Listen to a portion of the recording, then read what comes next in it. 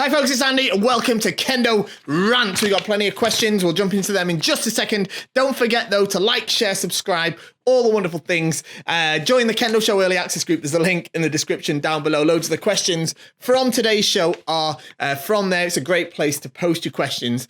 So make sure you get in that group. And don't forget as well, if these videos do indeed bring you any value whatsoever, make sure you do your Kendo shopping at KendoStar.com. That's the website, of course, that I run. It's fantastic, amazing, wonderful, brilliant, stupendous, all the brilliant words, all of those. Go and shop at KendoStar.com. Best rated website on the internet for Kendo stuff. So yeah, go and shop there. Right, let's get into it. I have a big question about Shinai. Whenever my KendoStar Shinais break, I want to replace a part or two. I'm never able to take the Tsukagawa off. I guess it's because of the tight fit. Could you offer any advice, tips, or tricks on taking it off every time, please? Thanks for your time. Yeah, it is quite tough because they're put on with a machine, and like in Japan, there's loads of these big machines at most burger shops have got one. So people tend to just take them there and get them taken off, but you can do it by hand. There's a couple of things you can do. The best thing to do though is get like a rubber sheet. If you can get like a rubber sheet or even like some rubber gloves, it'll help you get a bit of a better grip on the Shinai, on the Tsukagawa, that's the leather handle bit, as you kind of pull it off. And the other thing that you can do is you can place the Tsuka against a hard surface. If you get like a tabletop and then place the Shinai on it with the Tsukagawa Shinai, the bottom of the Shinai, against it, and then push down so you're sliding it off towards the tabletop, so there's a piece of like a resistance between where you're pushing down and where the Tsuka's coming off. That'll help a lot, I think. Okay, right, next one. When I teach Kendo, I do it with total confidence. When quoting things other sensei have done or said, I'm confident I'm relaying their teachings without too much bias or warping at my level, and I teach them strictly and thoroughly. However, when it comes to lessons that I've learned myself, empirically or through other disciplines, I take good care to say those are my own ideas and opinions, and I might be wrong until I've got confirmation from a reliable source. How do you treat these two aspects of your teaching? To be honest, I don't really separate them so much like that. I don't make much stuff up myself, if I'm honest. Most of the stuff I teach when I'm teaching Kendo is stuff that I believe to be correct because it's stuff that I've been taught by senseis myself. Generally over in Japan, because I did most of my Kendo over in Japan. Sometimes my way of explaining it or my way of interpreting it even might be a little bit different. But I think that that what I'm getting at is the same as what the teachers are telling me. So I don't generally like throw my own stuff in there. There's not a lot of stuff that I just made up. Most of it is, and when I say made up, I mean like from the product of my experience or something like that. I mean, I taught Kendo at a kids club with lots of other Kendo teachers in Japan. So, we often, I had the opportunity to see other senseis. And I was the lowest grade at the time. I was 5th dan. All the others were like 7th dan. It's a couple of 6th dans teaching. So I had we even had a Hachidan sensei. So, I had the chance to see them teach that. And that's kind of what I've absorbed. And that's what I'm kind of not regurgitating, but kind of reinterpreting and putting the points forward, even if I have to restructure the language a little bit. If that makes sense. Next one. Hey, Andy, can you help me with a little problem? Both my Shinais have a small hole in the Sakigawa where it hits the target. Is it normal or is it something with my way of hitting? Should it be any trouble sanding the tip of the Shinai to stop it happening? Thanks for the response. Yeah, so holes in the Sakigawa, that's the leather tip at the end of the Shinai. That's generally caused by you hitting incorrectly. All right, so either you're too far away and you're hitting the mengane. More likely though, when the positioning of your arms is probably a little bit wrong. So instead of when you swing the Shinai, instead of extending this way, so you put the Shinai on top of the men like this. Probably your left hand's probably a bit so instead of, how can I put this? So instead of that last flex here, that last extension here, you're probably hitting something like this. Now I'm probably exaggerating a little bit, but something sort of like this, so that instead of the strike going here like that, it's going here like that. Okay, and that's probably why the Sakigawa is catching on the Mengane and that's putting the hole through it. Don't think you need to go in there and sand the Shinai. I've never done that. And I really don't have much problem with the Sakigawa wearing through. Now, they do wear through like after years of use, years of heavy use. So I've had a couple of Shinai that I really liked and I used them loads, and I'm talking like 4 or 5 days a week over a few years, and they started to wear through at the Sakigawa. That does happen like over time, but it shouldn't be something that's happened within a couple of months. If there is, then it's the way you're hitting. Next one. How do you mentally overcome your waza being killed during keiko or shiai? It's very difficult.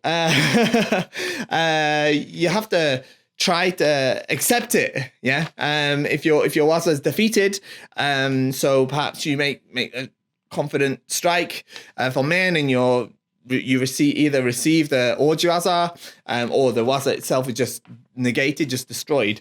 You have to try to reset, start again another time. Ippon shobu.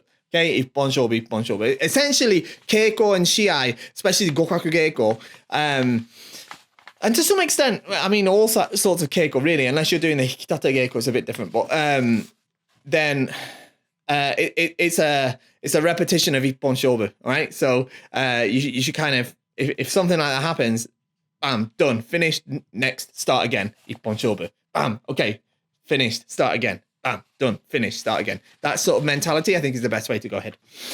Next one. Can you explain sen? It's back. This question's back. We had this one last week, but this one's got a bit more detail.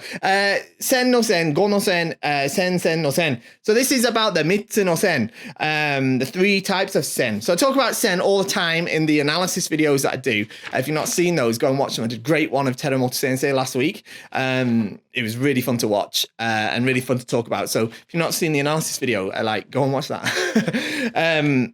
But basically, the sen is like the kind of initiative or the advantage that you take during the match. And they can be broken into 3 different types. Sen no sen, go no sen, and sen no sen. So sen no sen, sometimes just called sen. That's like when you take an advantage on, like you kind of take the advantage over your opponent, and they're forced to move in some way to react, or a chance is created in response to your semi, and you're able to make some kind of hiki-waza, all right? So maybe they freeze this way, or they try to defend themselves, block, pam, and you make the hiki-waza. Gono-sen means the afterwards sen, all right? The go from gono-sen is ato, or afterwards. And that's the sen that you take when an opponent's completed an attack. So this could be you press the go button, is what I like to call it. Their attack comes, and after they've committed to their attack, their attack, you make the ojiwaza, suriage, or kaishiwaza, something like that. Or you defend and do the atouchi as well. Okay, that's a gono-sen. And then sen no sen is the toughest one. It's like the ideal one. That's where you take the opportunity and you take the initiative at the very start of your opponent's thought process, okay? And then the minute they decide to move, at the beginning of their movement, pam, you attack. Pam, kote, men, okay? So it's basically debanawaza, okay? You can kind of think of it in those 3 terms. Sen no sen is your hiki-waza, the basis of hiki-waza. Go no sen is the basis of the ojiwaza, and the sen no sen is the basis of the debanawaza. But they're all very closely interlinked, almost indistinguishable at very high levels. And I don't use this kind of Mittsu no sen concept that much in my own sort of interpretation of semi and sen in kendo so much, because I think it's all, ideally, I like the concept of the idea of sen no sen anyway, because it's even if you do the ojiwaza, you're the one that's initiating the process, right? So, you could break it into those 3 categories. It's not something I do that much. The chichikawa that came with my new men are extremely stiff. It's a good way to soften them a bit. Just like bend them around and stuff like that, loads. That should be fine. And then, if you can get them, you should be able to get them on the men still. Get them on the men. And then after a few uses, making sure you pull the himo properly. Make sure that when you put put the men on, that they're pulled tight here so that there's no gap here, even though they might be a bit stiff. Pull them tight here, and then you tie up the men. Give it 2 or 3 practices, they'll be fine. Next one, is Fumikomi Ashi mandatory on Hikiwaza? I mean, the rules don't say anything about Fumikomi Ashi anywhere, of course, but how important would you say Fumikomi Ashi is on Hikiwaza compared to straightforward waza? It's equally important, okay? So you need to do Fumikomi on Hikiwaza as much as you do on forwards waza. That means about 99% of the time, okay? Unless there's a specific reason why you wouldn't be doing Fumikomi, and I'm not talking about like outlying cases, like you've got some sort of injury that you can't do the Fumikomi.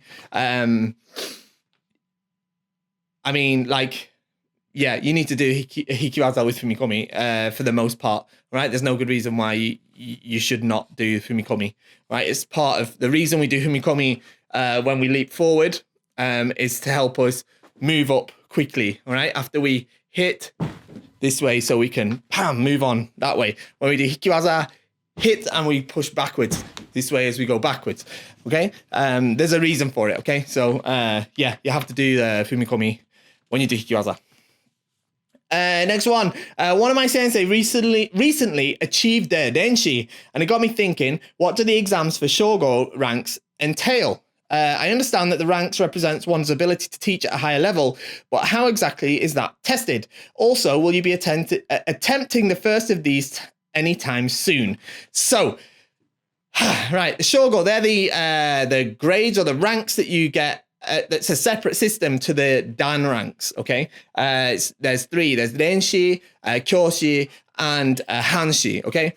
You're able to get the renshi after you get 6th dan. You're able to get kyoshi after you get 7th dan. Usually this is, and usually the hanshi is given to the 8th dans. There's some exceptions though, okay? So it's not like hard and fast.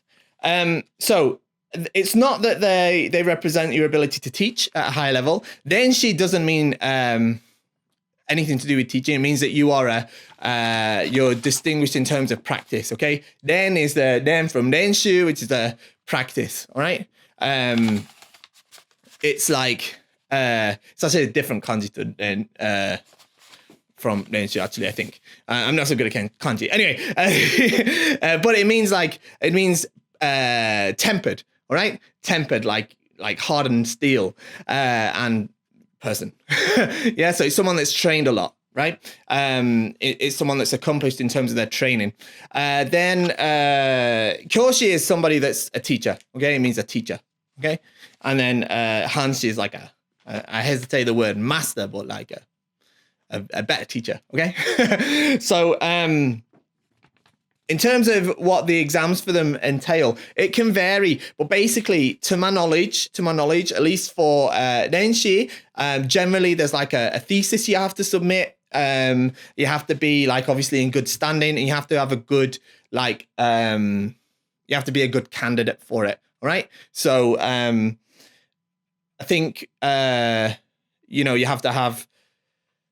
you have to have benefited Kendo in some way, or prove that you are capable of being considered someone that's distinguished in terms of their practice. All right, you can't just say, I've been doing Kendo for ages. Yeah, there has to be something there. So yeah, I mean, like in my case, I will be applying, to answer the other question, I will be applying for renshi soon. Actually, I'm in the process of putting my application together now. You have to have waited 1 year after getting 6th dan, which is just about now for me. So I'm getting my stuff together now. So for me, I've got to make like a kind of I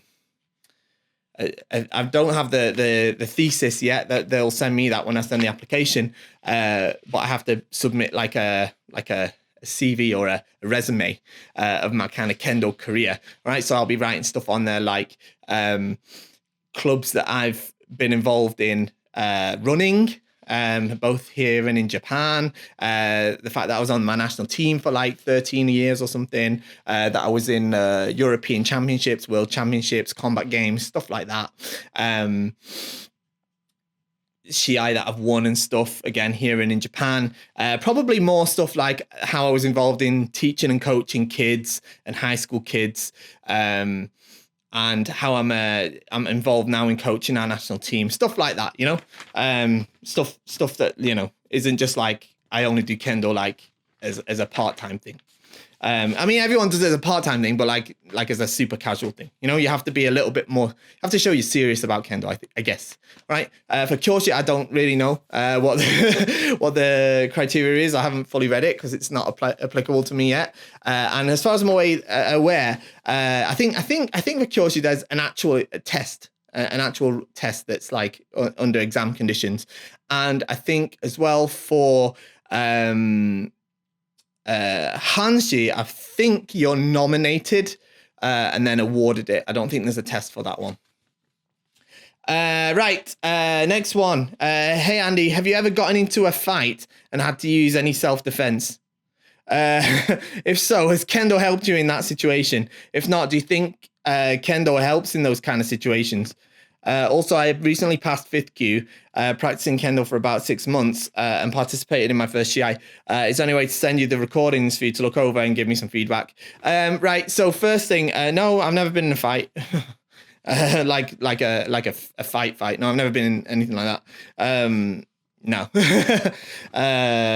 And I've never needed Kendo for self-defense. I don't think it'd be any good for self-defense. I mean, yeah, no. I think Kendo helps you like not get involved in that sort of thing, perhaps, because you know it helps you interact with society better. I think. In terms of having passed your 5th Q and sending me recordings of your Shinai, you can do, but if you're like a 5th Q, like 6 months in, I can pretty much tell you the advice is going to be you have to work on your Fumikomi, make attacks with Kikentai no Ichi, and do your best to fulfill the criteria of Yuko Datotsu as much as you can. Okay, I don't think there's much that I can offer you that your current teacher can't at the stage that you're at. Okay, so I'm more than happy for you to send stuff through. I'll take a look at it. But yeah, I think that's what the advice is going to be. Right, next one. When doing Suburi, how can I stop my left leg from pointing outwards? So you need to use your left hip bone. You need to push that forward. Make sure it's square. Right, make sure it's square, because you can't. Well, you can, but like it's not good to like. If your left foot's pointing outwards, your hips are going to be pointing outwards as well, right? So make sure your left hip's forward and square, and think about it when you're doing Suburi. Don't do no mindless Suburi, okay? Make sure that you're thinking about pointing your toes forward, pointing your hips forward when you do your Suburi, okay? Concentration and practice, that's the key, okay? Next one, I have 2 questions. One is jokingly and the other is for real. First question, since the Shinai rules are based on max length and minimum weight only, would it theoretically be possible to compete with an indoor Suburi Shinai? And the second bit is a bit more serious one. I've been told by 2 high-ranking sensei to stop focusing so hard on trying to apply Kihon and let my Kendo become more dynamic. However, I am having a tough time interpreting that advice because I don't want to pick up bad habits or let my form go, so to speak. Would you give me your opinion on the matter? Yeah, sure. So about the Shinai question, right? So the rules actually say the Shinai's got to be made up of 4 bamboo parts with the leather fittings and stuff. It says what it's got to be made of. So one of those solid indoor Suburi Shinai ain't on the cards, yeah, because it's not made up of 4 pieces of bamboo. If you had like a Shinai that was weighing like 600-700 grams, then yeah, I guess that's like theoretically Shinai legal as long as it fits the description in the rules of what a Shinai is. I guess that's sort of legal. It's kind of stupid though, but you could do that. As for the second part, obviously that's a little bit more of a complicated situation. I mean, look, whilst you're doing Kihon and Kirikaishi, those sort of practices, yes, you have to concentrate on your form as much as possible. And that should outnumber the time you spend. You should be spending more time on that than you are doing Jigeko, right? So the amount of time you do Jigeko as a proportion should be much smaller than it is doing Kihon, right?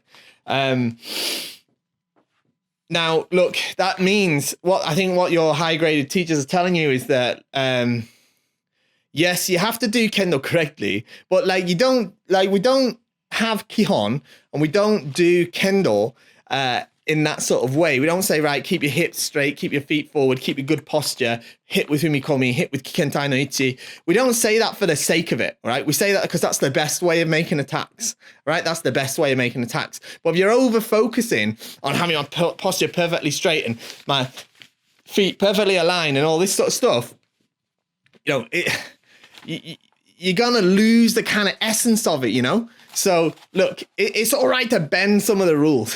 It's all right to bend some of the rules, right? You hit men, yeah? When you hit men, you say men, but really it's just got to sound sort of like you're saying men, right?